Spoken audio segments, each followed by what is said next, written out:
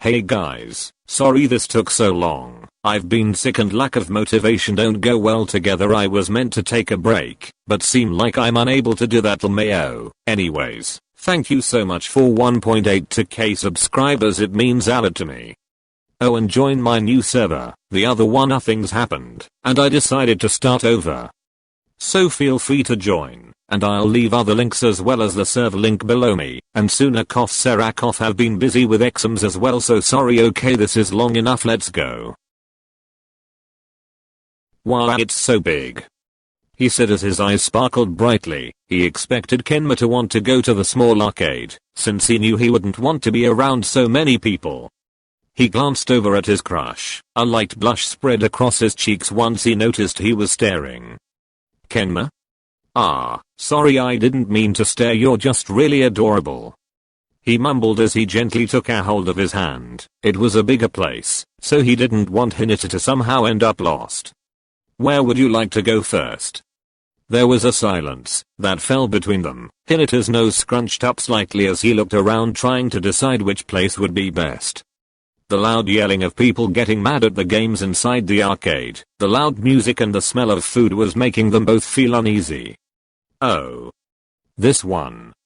The hyper male gently pulled Kenma over to the dance map machines, IDK what you call them. His smile widened when he noticed no one else was around.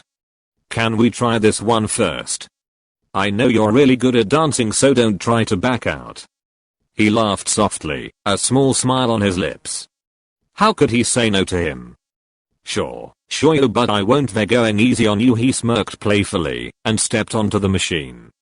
PSHT, I don't need you to. I've been practicing since last time, so I'll definitely beat you, he exclaimed rather loudly, causing a few people to look over.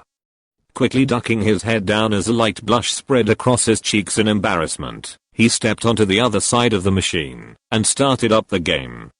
You need to stay calm, you might make someone mad, even if you don't mean to. I know, I'll try.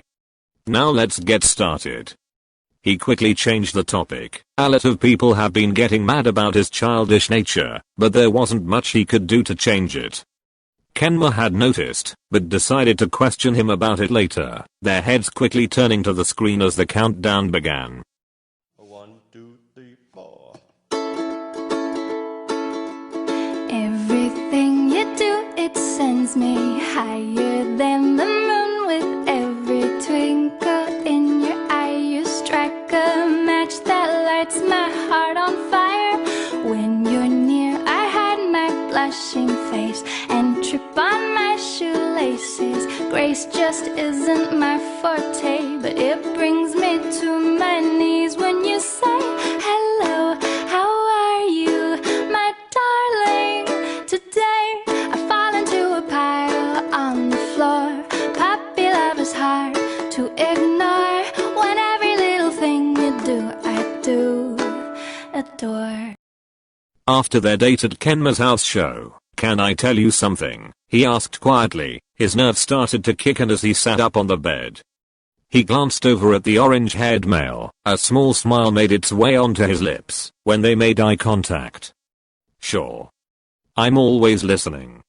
He smiled brightly and sat up, crossing his legs over before looking at his friend.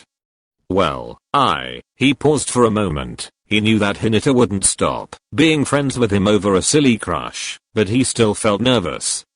Taking a deep breath as he tucked a strand of his hair behind his ear, he looked back at him. I like you, Hinata, you mean a lot to me, and I don't know why it's taken me so long to figure it out. I'm so stupid, I was too busy focusing over a silly crush over someone when you were here all along, and I'm sorry if I just made it awkward. Kenma was cut off, a soft pair of lips being pressed against his own. He felt the heat rising to his cheek, the soft fluttering in his stomach becoming more prominent. Not even Kuru made him feel this was, so it must have been him attaching on to the first person to show he cared. Hinata slowly pulled away after a few beats, a shy smile upon his lips as he looked away. I like you too, Kenma, he said quietly. Luckily they were alone, so there was nothing to drown out what he had just said. You do? But why?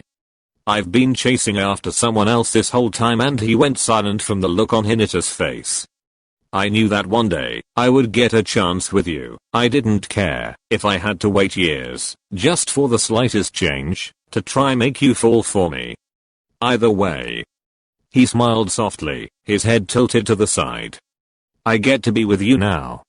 A silence from between then as they made eye contact. To someone on the outside this would be like one of those cheesy Disney show romance scenes, but to them, it was as if time stopped.